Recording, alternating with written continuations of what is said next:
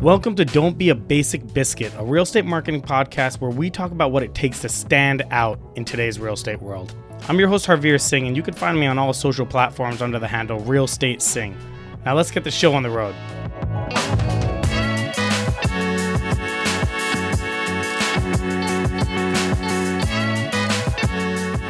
Hello and welcome back to Don't Be a Basic Biscuit. Today we have an amazing friend of mine on who is probably one of the best networkers that I know personally. Networking is incredibly important in our industry, in real estate, but specifically it also kind of falls in line with marketing as well, because you're marketing yourself the same way you would in any other way. You're getting clients, you're getting leads. And so today we're going to deep dive into the different aspects of networking, what you should do, how you should find it, and what you do afterwards. So let me introduce my friend here, Ricky Allen Maddox, the Director of Sales of Hudson United Insurance. Ricky, tell us a little bit about yourself. Well, I'm just a guy that got into the insurance industry and started selling it at the age of 18. And I got into different situations where I had to sell more insurance, sometimes to make more money, sometimes to keep my job. So different things. And that was 18 years ago when I started. And now I'm here with you. And I met you about 8 years ago. So I've been working with you for 8 of those years. So we've seen each other's growth over the last 8 years. But, and I'm just a guy originally from the Jersey Shore. Now I live in northern New Jersey. And here we are. Here we are. So the reason why I invited Ricky on is that I met him in 2017, and within a month, I immediately knew that we were going to be good friends. And a lot of that was how you developed your relationships. I saw how you treated people. I also saw your hustle, and your hustle, a lot of the time, everyone has their thing, right? And your thing was going to all these networking events and just finding ways to meet people in different ways. And then I noticed that every time you went somewhere and you met someone for the first time, all of a sudden that person started popping up everywhere else down the road. And I was like, how did this guy make such an authentic relationship with that person? And it became something that you really built, and this kept happening. So, I know a lot of people, they go to a networking event, they collect 50 cards, and then they do absolutely nothing with them. Nothing was done. It might have been as well as you just not going to that networking event, because it was just a complete waste of time. So I'm going to start off with, when you first decide going to networking events or events in general, how did you find these events, right? Take yourself back to the beginning, because now I'm sure it's different, right? I'm sure you have a lot of friends that go to these things, they tell you about them. But when you first started, why did you think of networking? And then how did you find these events? That's a very good question. I've done all this before as a young child, teenager, I should say, because I was in a band. And so when I was sometimes I was the background singer, sometimes I was the lead singer. And our thing was to get in front of as many people as possible to show them what we could do and get them to hire us and get them gossiping about us. That was the main thing. We had to get them gossiping about us, good or bad. All gossip is good.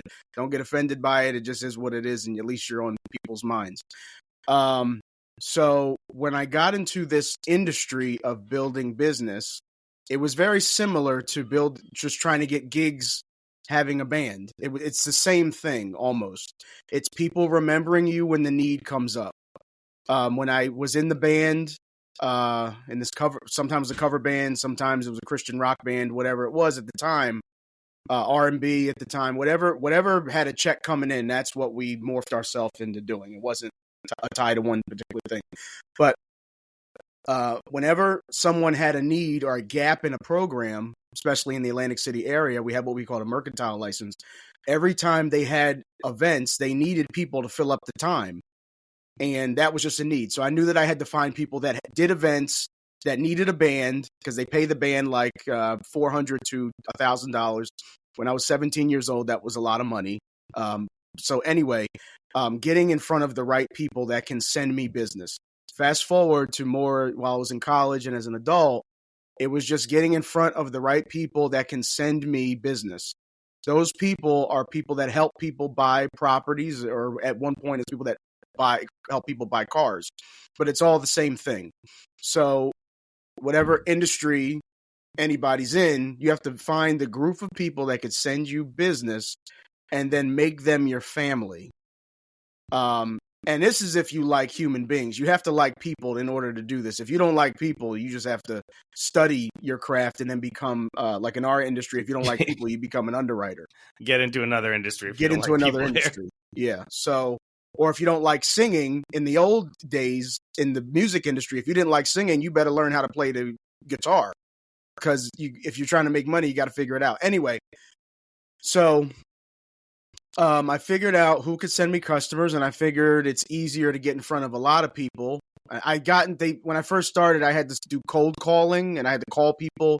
At one point, they handed me the yellow pages. At one point, I had to door-to-door knock, and I was talking to people that didn't want to talk to me. So I just made it my business. Thank God for social media. Back in 2012, I opened up an Instagram account. And at first, I just did it because I just laughed all the time. And this girl, she was like, "Oh, if you like to laugh, so you need to open up Instagram." I was like, "What is this Instagram?" She said, "The videos are only 6 seconds, and it's real quick." So, and now here we are with 40 a minute videos. Anyway, so just to directly answer your question, I made it my business to find out where these people hung out. The people that could send me business, where are they? And I had to just get in the middle of it if I wanted to make money. I liked the industry I was in. So it was the same thing as having a band. It was people just gossiping, talking about it, telling everybody what we did. And then also, just on the business side, when they paid us as a musical band, we didn't really, maybe I'll never be rich, but we never negotiated on the price. We said, "Oh, you're giving us $400? No problem. This is what we can do for $400," and we never negotiated. We didn't give people a hard time. So I brought that to this industry, and I try not to give people a hard time. You've sent me customers out of your personal sphere that they weren't always ideal, but I also never told you that they're not ideal. I just did the best with it to make you want to send me another customer. And so it's the same thing. But how did I find the events? I just went to one, and then I met the people. And what happens is, just get involved in a group, because whenever you have a group of people, people always get mad at the leadership and they want to start their own group. So you find those people that get mad at the leadership. Don't pick sides. Don't get into the gossip. Just you want to go to both events. Go to both events. And now, everybody's struggling because nobody's united anymore. So they're over here. Now there's 10 different groups spun off of one, and everybody's trying to, struggling. And what happens is I don't want to give too many secrets away, but you go to all of them, you spill the beans, bro. Well, I mean, the beans are that you just buy a ticket, you save your money, don't sponsor any of them. Just buy a ticket to all of them, and then it adds up to the amount of the sponsorship. So now you're at 10 events talking to 300 people, anyway, but that's, I can ramble for 3 days, but No, there's a lot to unpack from what you already said. Yeah, I said a lot. So but there's a lot of good stuff in there, and I want to kind of focus on a few of them. One, before I forget, I'm going to say them out loud. One was that you had to identify where your target market was. So you did some research on the type of events that the people you wanted to be in front of were going to. So it didn't always have to be a networking event. It could have been any event. It could have been the yacht club, and you found your way into the yacht club, for example. So that's really important. So that's something I wanted to highlight there, is that you actually did some research to figure out where the people you wanted to be in front of were. Then you mentioned that you tried to make an impression on them. So let's kind of jump back in there real quick, is that, obviously people have their own personality. You have your own personality, and your personality is, something that catches the eye of people, right? So outside of that, you can't tell them how to be like you, but how would you give somebody else advice on making an impression based on all the people that you've met? What did some people do that caught your eye? So way back when, a buddy of mine, I used to work at a large bank. And when we worked at the large bank, we were at the retail level. So when you're at the retail level, you see these big Wall Street guys that are just killing it. And we're like the broke 20-year-olds in a retail branch in your local town, wishing we could say we're investment bankers, but really we're tellers and bankers at a desk hoping you open a checking account. Anyway, a buddy of mine that I worked with, he told me, he said, Ricky, what we got to do is we have to get into the club. You have to get into the club where it's a club of people where you're taking care of them and you're taking care of them and they're taking care of you. I had just moved up here to North Jersey. I didn't know anybody. So I'm thinking, all right, well, I don't have a club to get into. So what do I do? So luckily, fast forward to today, work for a great company. And they said, well, your job is to find people that can send you business and that we're going to pay you to do that. So I started doing that. But so to create a club, I just tried to, you can meet 100 people in a day by collecting business cards. That's not the problem. The problem is getting to their actual club. And so, Harveer, you and I have developed a certain kind of club, where we're taking care of each other. And this is just years in the making. But my point is that once you meet someone, you have to be genuine, and you're not going to get rich quick right now off of anybody, really. All you can do is add people to your database or your drip campaign or your social media. We are blessed with so many social media platforms, and they all have different audiences. And, when you meet someone, you can put them into your database, put them into your social media. And what happens is after a while, you have maybe 10 people, then you have 20 people, then you have 30 people, then you have 100 people. And thank goodness for likes, because likes can tell you what people actually like or don't like. Back in the day, they had the Nielsen ratings. And so they had people going around to people's doors trying to get the Nielsen ratings, hoping that you fill it out so they can know what people like to watch. But today, it's so freaking easy because we have likes and we have comments, and now you can see if somebody shared it.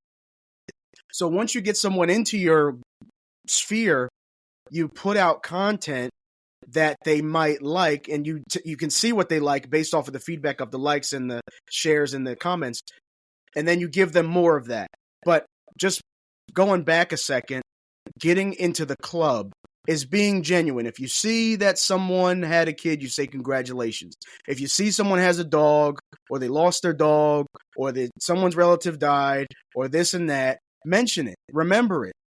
At minimum, you got a birthday list on Facebook. Call people and tell them happy birthday. Just say, hey, my records indicate that. That's an old bank trick we did. But you call people. If you don't have any friends and you want more friends or you want more people in your network, just call people and say happy birthday. It'll work wonders for your life. Do it for a year or two, and your life will not look the same as it did last year. Sports. You don't have to be into sports, but you do need to know who has the favorite sports teams, right? If I like the Yankees, and you're trying to, you want me to like you, you better text me every Yankee game. Good luck to your Yankees, or good luck to your Mets. That's good funny. luck to your Raiders, Seahawks, Eagles, whoever, 76ers, and you put genuine love out there. And that's not being a shyster. It's just putting information, putting a communication out there, but putting your best foot forward and creating a club. You don't have to get 1,000 people on your side, but you. So when you say creating a club, what do you mean by define what you mean by creating a club?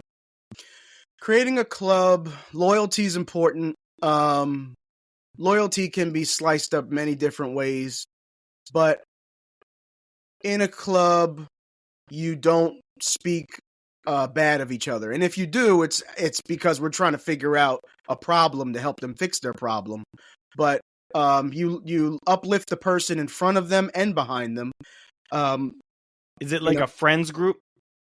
It could be a friends group, but you have friends and then you also have a club. I have a club of people that I'm not really friends with. It's just we watch each other's back. We will smoke a cigar every now and then. We will go to the bar. But, when it comes down to it, God forbid, I don't think they might not show up to my funeral, really, if something happened. But and I might not show up to theirs, really. I don't know, but there's different ways of. Now you're a good networker. You're going to that funeral, you're making connections. No, I'm joking. I got all the funerals. That's a whole nother story. That's an old school thing. But It's a club where people are solid. And if someone refers you business or does something for you, you take it seriously and you show the person that you appreciate it, or you call and say thank you. Whatever it is, you always say thank you. If someone asks you to support something, if you can do it, you go do it. But you're creating a club. And my point of this is that if you have no club, you don't know people, you build your own. And this way you could at least make it something you would enjoy. But some people join the Masons, some people join fraternities, some people join, alumni of their school, alumni of a bank you worked for or firm you worked for. And some people create it like you did, right? And I swear to God, I'll tell you one thing: if you don't come to my funeral, I'm going to haunt your ass. But all right, so okay, so you actually took a different angle than where I was going with on that making an impression. So your impression creation is like over time. It's like get the contact, create the impression down the road. Absolutely. Now, when you meet someone, let's say you're at some sort of an event, a networking event or a professional event or whatever the hell it is, are you trying to meet everyone there, or are you just trying to meet a few people and build a genuine first impression with them? It depends. It depended on what stage of my career I was in. In 2018, 2019, I was meeting everybody. I was contacting everybody. And I saw what stick. At first, my goal was just to fill up my social media with followers of people that I actually knew. I wasn't trying to get a bunch of followers to get into the hundreds of thousands, but I was trying to fill it up with people that I've actually met. And so if I've met you, I get your Instagram or your Facebook or your LinkedIn, and I put you into the proper bucket, Facebook, whatever. And if you are really like stiff neck, I'll put you in LinkedIn. If you're like all about the family thing, I'll put you in Facebook. If you're as crazy as me, I'll put you in Instagram, whatever. So I put you in a bucket. So at first I was just trying to fill up the buckets and create an audience. So I wasn't really trying to meet a lot of people. What I was trying to build an audience, and these cell phones have made it so easy to build audiences because you can end up on people's phone screens. That was like amazing to me. Before, you were trying to get into the newspaper, but now you're just trying to get into people's phones. That's the benefit of getting old. When you get old, you remember how hard it was, and that's why these boomers work so hard, and some of these millennials are so hard to get them off the couch. For real though, there's a different work ethic, man. You had to work so much harder. Because the boomers remember when all you had to do was knock on your door and I sold you the vacuum cleaner. Now it's like AI can take your job right now. But, we remember. That's true. And, not we. I'm not a boomer, but I'm just saying I know about it. You're a wise soul. You're a wise soul. So I forget your original question, though. Bring me back to the topic. It was how many people are you meeting? So you kind of got it. In the beginning of your career, you were trying to meet everyone at the networking event. I'm guessing now you're mentioning towards the end of your career, you're probably targeting more, and you're trying to build a genuine relationship with a few. I'm sorry. Yeah, I'm targeting people that are a fit for the club now. I may put you in the audience. Audience is a little bloated at the moment, where I want to be able to get back to people the same day. I have people that call me and say, "Oh, I haven't heard from you, and you don't talk to me anymore, and you don't open my reels that you send to me." So I want to get back to those people, and I want to laugh at their reels and say, "Oh, this is funny. You're right. This is funny. We are still friends." So I'm not trying to. I don't want to build the audience too much right now, but now it's people that are really a fit for the club. I mean, people that might help your business. I know that you're in the business of building and empowering real estate professionals. If I see someone that fits into your group, I'll say, look, you two got to meet. And now it's more about connecting people. You help you meet you, and now you all are thankful that I introduced you, and now both of you will help me because now you all are feeding off of each other. Honestly, I watched a series on Netflix that changed my life. It was The Black Godfather.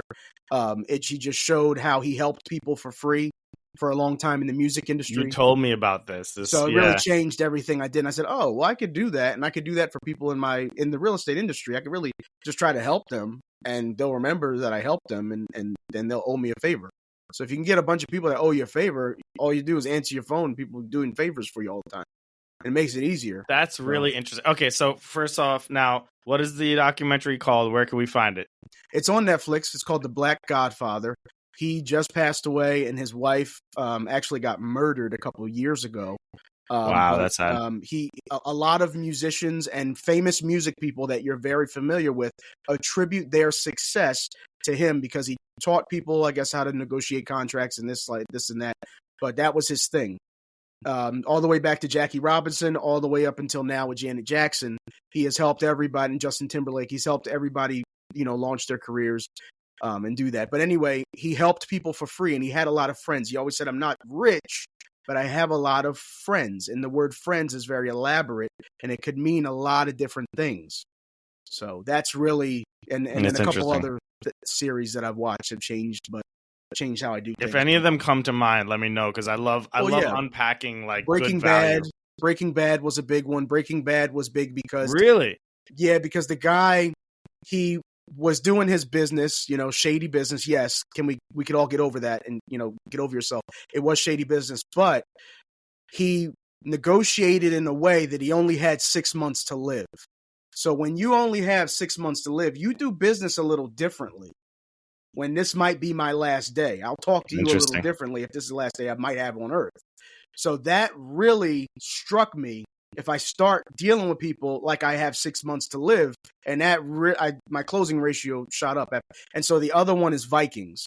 So Vikings was a huge one. Vikings Wow. taught me a lot about leadership and management, and how a big quote from Vikings that you don't desire to be king, but you just really desire to be the best at your role, and the people choose their king. You can't, even if you're anointed king, the people will really prove if you're king or not. So Yep. There was a similar line in Game of Thrones where I think it's Tywin Lannister that it goes to his grandson. He's like, "If you have to say you're king, you're not the king." yeah, But that also brings me back because that's really really interesting. I have noticed this about you is that you find these lessons out of the shows or movies or just we've talked about how politics, they're the best. It's the best salesman of the world, and we best, talk about how excited we are to watch best, these political debates and just to best. see what they do to sell and that's so true. And I've actually done a lot in politics, local politics, specifically in New Jersey. I would go to these events and I'd actually learn from them. What are they doing when they're running a campaign? And I started doing the same thing. Like they were putting up billboards. I put up billboards. They were sending out postcards. I started sending out postcards. They had stickers. I started making stickers. So it's very interesting how you found lessons from the most random places. I feel like people usually watch these shows and they just forget about them. Absolutely, because these people are fighting for a commission check. I mean, when you watch the news, yes, the news is biased, but they're biased because they're getting paid. And I would do the same thing if I was on TV, and so would you. So don't act, True. if you can make millions of dollars, you're going to say, "Oh yeah, this is what a cause that I believe in." So it's not it's they're salespeople, and I learned from them because some of them put on a good act, and they'll take it to their grave because they say that this is a cause that they believe in, or some of them are trying to stay out of jail. Some of them are not trying to get killed.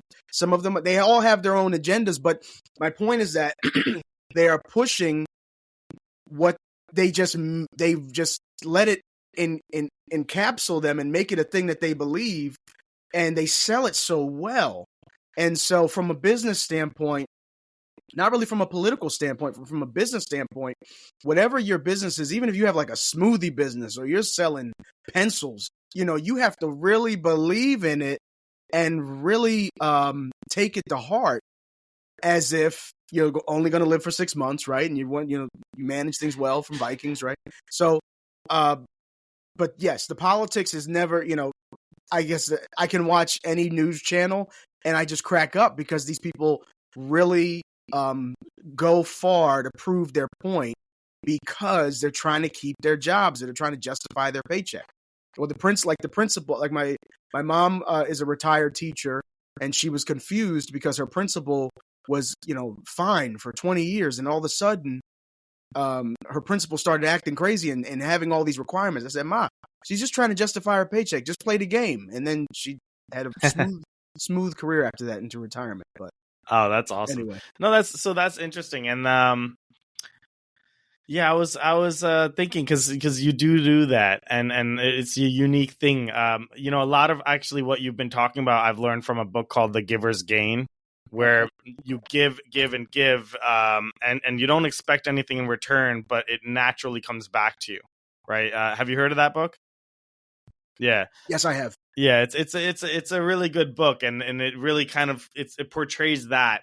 Just everything that you said here is just like the giver gain mentality, is just try to give things to others, and you create genuine relationships and friendships, and yes, they'll probably help you back. Not everyone will help you back, but some people will help you back, and that'll be enough to use that mentality. Okay, that's interesting. So what else has helped you with networking? So, any other gems that comes to mind? Well, one thing that I learned from middle school is in middle school, I remembered how, let's say if you had the school dance or you pulled up to something, if you can get people excited that you pulled up, or excited that you have arrived, and everybody's screaming, "Oh my God, he's here! Yeah!" That's true. When you can do that, you don't have to work hard at meeting everybody, because everybody stops what they're doing because you're there. It's like, "Oh, he's here!" Like, "Oh, they're excited." So I've learned from a young age in middle school that I didn't know what I was learning back then. I didn't know it would help me at 37 years old. But what I learned was that if you can get, like I tell people, when you get like some people get fired from a job, and they had such a toxic breakup from their job, and they hate the company they work for. They hate everybody they work for. They hated them, and they were in HR meetings, and the boss hated them, and everything was everything was so horrible. Okay. I tell people, you're going into this new job. Don't bring that stuff to the new one. Now, before when they say, "Oh, here he comes. He's here." Now, that's a whole different. Build it up and say now, you want people to be excited that you've pulled on the property. Or say if you work in a multi-level, say if you work in New York City, there's 100 floors in a skyscraper. Now you're working on the 47th floor. Before you worked on the 46th floor.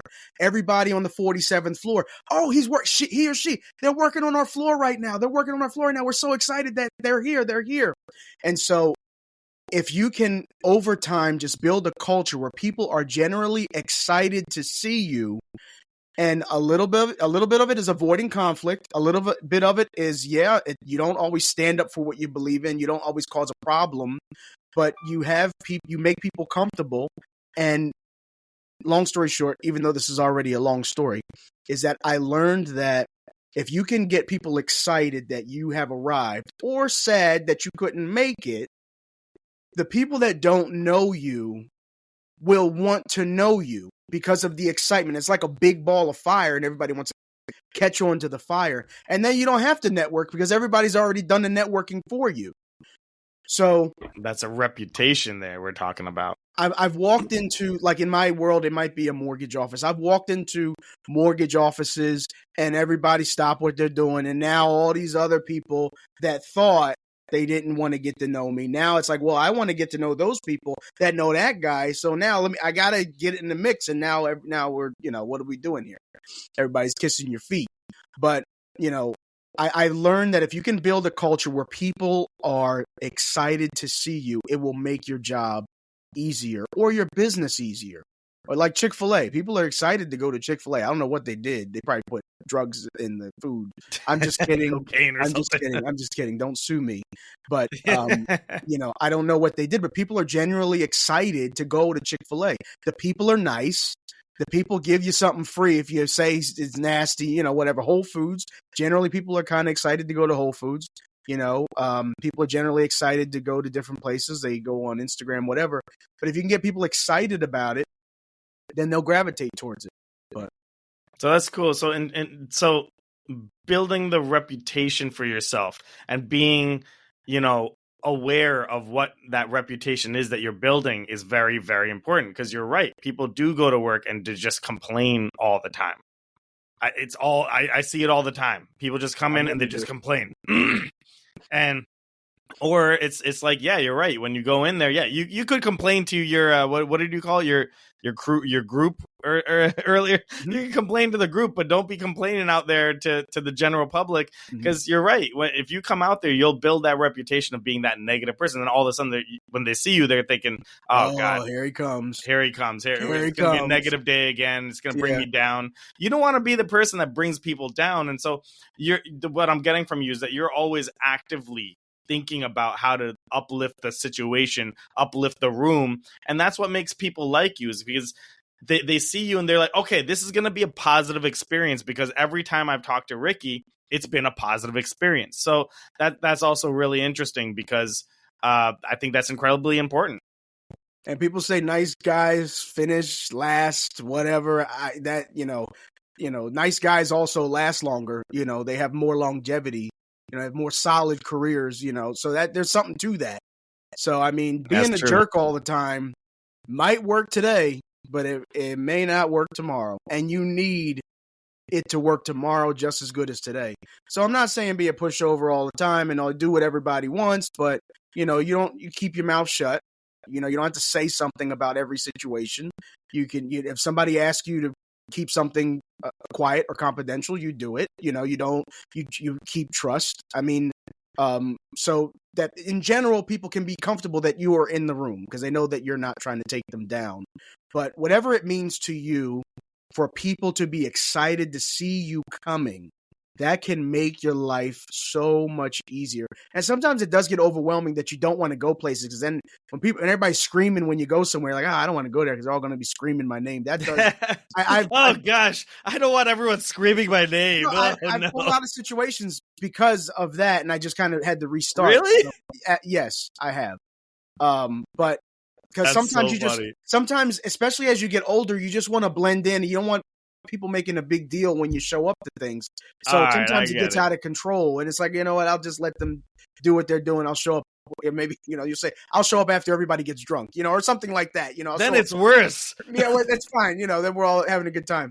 But anyway, that's the situation. It just makes your career so much easier, especially if you're doing this to make money. It's not like if you're working at a nonprofit. I get it. You're just putting along. But if you need your more money next year than this year, then you have to build the foundation to do that. No, that's a perfect way to end off, and I absolutely love this. I think that people are going to be chanting your name when they hear this episode. That's for sure, guys. Don't forget his name, Alan Ricky Maddox. You could find him on at Follow Ricky TV. Correct? Right? Yep. Yeah. Yep. So follow him on Follow Ricky TV on Instagram, and Alan Ricky Maddox on everything else. Right? If you don't like humor, don't even open the Instagram. Just go to like LinkedIn or something, and it'll be just go over there. It's a humorous comedy page. As you mentioned, if you're only into professional content, go to his LinkedIn. If you're a family guy, go to his Facebook. If you like comedy, go to his Instagram. Yeah. But no, Ricky, I really appreciate this, and just last words before we head off. Anything that comes to mind? Sure. Your future is not in what you lost; it's in what you have left. So pay attention to what you have left, because your miracle might be in your remains. Oh, wow, man. Look at this guy with his gems. All right, guys, that's it. So, I always end off my episodes the same way. Don't be a basic biscuit.